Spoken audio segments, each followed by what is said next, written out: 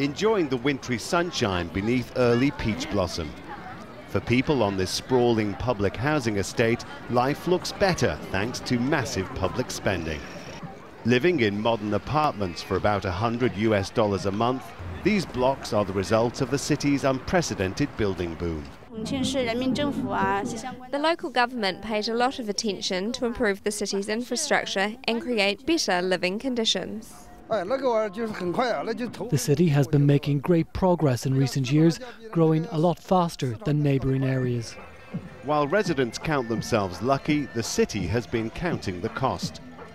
These grandiose developments are a legacy of Chongqing's former leader, Bo Xilai, imprisoned last year in the highest profile scandal to hit the Chinese leadership in decades.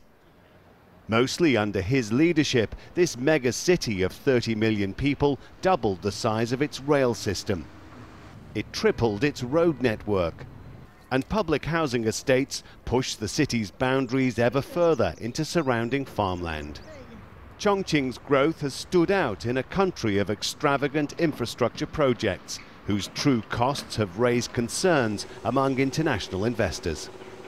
Criticism that China hasn't been as transparent as it could be about the amounts of debt being run up by local governments has led to more accurate audits. Welcomed by analysts, they make for disturbing reading, with many provinces and cities taking on huge debt compared to their incomes, with cities like Chongqing leading the way.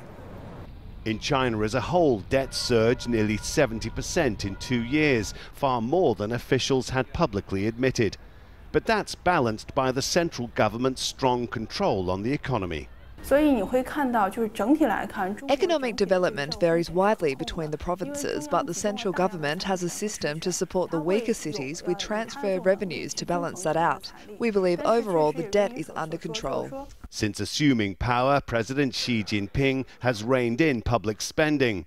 To avoid a hard landing, the government hopes rising domestic consumption will provide an alternative economic driver. Chongqing has plenty of consumption like every other Chinese city, but given the widening wealth gap, it also has its less well-off, who have been relying on big public spending and who could be facing tougher times. Rob McBride, Al Jazeera, Chongqing.